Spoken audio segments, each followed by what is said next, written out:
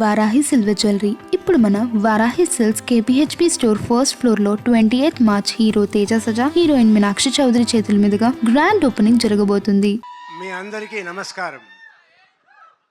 ఈ cinema first ఒప్పుకునేప్పుడు కథ విన్నప్పుడు నేను చాలా కథలు విన్నాను.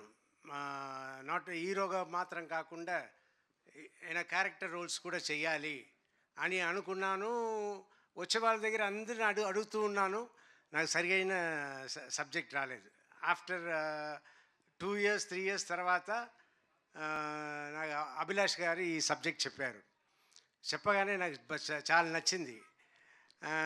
కానీ అయ్యో, మనం సర్వానంద్ గారి సినిమాకి వెళ్ళి చేస్తున్నాము, మన సెకండ్ హీరోనే కదా అన్నట్టు అనుకున్నాను. తర్వాత నేను, నా పిల్లలు, జీవిత అందరూ మాట్లాడుకుని అవును మీరు చెయ్యాలనుకుంటున్నారు, అలాగే ఉంటుంది చెయ్యండి అన్నట్టు చెప్పి చేయించారు.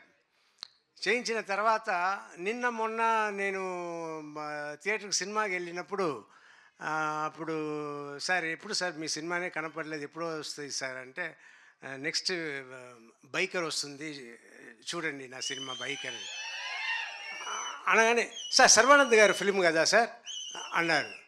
ఏంట్రా నా సినిమా అంటున్నా, సర్వానంద్ గారి సినిమా అంటున్నారు. అవునవును సర్వానంద్ గారి సినిమా. తర్వాత నేను చెప్పడం అంతా, సర్వానంద్ గారి సినిమాలో నేను ఉన్నాను, మీరు చూడండి థియేటర్లో అన్నట్టు నేను చెప్తూ ఉన్నా.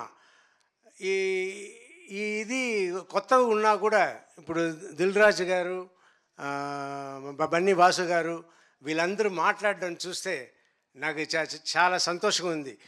ఒక పక్క అయ్యో సెకండ్ లెవెల్కి వెళ్ళిపోయామే అన్నట్టు అనిపిస్తుంది. కానీ మా అమ్మాయిల ఒకటే అన్నారు, డాడీ అదంతా ఇంతకు ముందు డాడీ, ఇప్పుడంతా లేదు, అందరూ ఒకటే, సో మీరు సెకండ్ లెవెల్ థర్డ్ లెవెల్తో అనుకోవద్దు అని